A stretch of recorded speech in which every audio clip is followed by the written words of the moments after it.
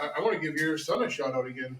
Freshman phenom Chris Ferrario this past year started for DC Everest, my alma mater, and he got recognized a little bit throughout this. Was it the nation, isn't it? The Prep Red Zone, yeah. I'm still trying to figure out if it's. I believe there's a national ranking he got and also a state ranking he got for his position on the O-line. So yeah, it's just, and the funny thing is, he's one of the most humble kids or athletes that I know. Similar to me, probably more humble than me. Like, I mean, yes, I know I spoke to friends, but outside of friends, I'm a humble individual. But for him, like we used to say when we were getting recruited with letters, you could wipe your ass with the letter from the college because it doesn't mean shit. And that's essentially this too. It's a good, positive recognition that he's getting noticed. I'm sure he's proud of it. His mom and I are extremely proud of him. All his family and friends are proud. But for somebody that young that put in that much work so far to get that recognition is something very special. We think it's Prep Red Zone and Prep Red Zone Wisconsin that did the ranking. So it's special to be on that list, to be a part of those other great athletes. But he understands more than anybody, now's the time. You got to go back to work. You got to work that much harder.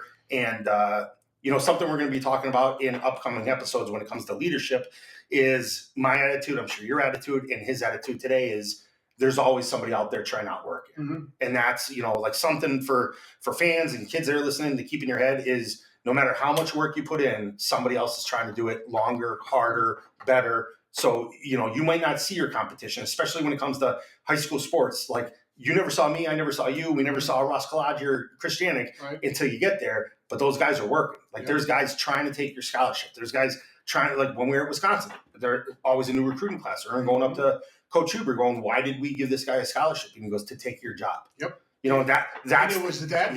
Yes. It was that. Yeah. Because I you know who it is that got recruited. It was the year after us. The year after us.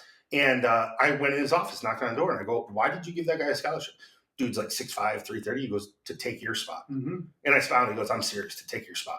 Yep. I left his room, went right back to the weight room, started hitting the weights. I was like, screw that. Like, it ain't happening. But that's what I think kids, adults, everybody has to realize. Somebody's always trying to outwork you. But different time, too, because if that was said today, oh, that's cool. Let's go to the transfer portal. Yes. No kidding. But, congratulations to him, and a great kid, and he works his ass off. So couldn't happen to a better kid. Well, thank you very much. I know he appreciates it, and, it's fun watching him. Awesome.